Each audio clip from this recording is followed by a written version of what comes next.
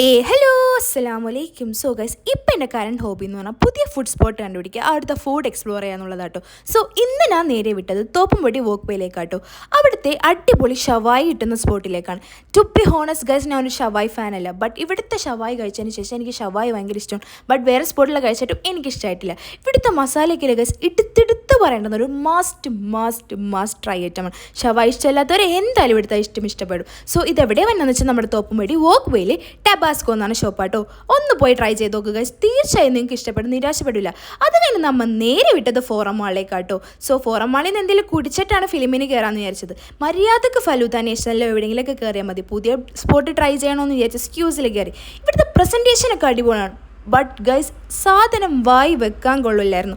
ഞാൻ ട്രൈ ചെയ്ത സൺഡേസൊക്കെ ഓക്കെ ആയിരുന്നു, ബട്ട് ഈ ഒരു കോൾഡ് കോഫി എന്ന് പറഞ്ഞാൽ കോഫി എൻ്റെ പൊന്നിൻ്റെ വായി നശിന് അത്രക്കും മോശം എന്ന് പറഞ്ഞാൽ അത്രക്കും മോശം. ഇതുവരെ എനിക്ക് ഇങ്ങനത്തെ ഒരു എക്സ്പീരിയൻസ് ഉണ്ടായില്ല. പിന്നെ നമ്മൾ നേരെ നൈറ്റ് റൈഡേഴ്സിന് കയറിട്ടോ.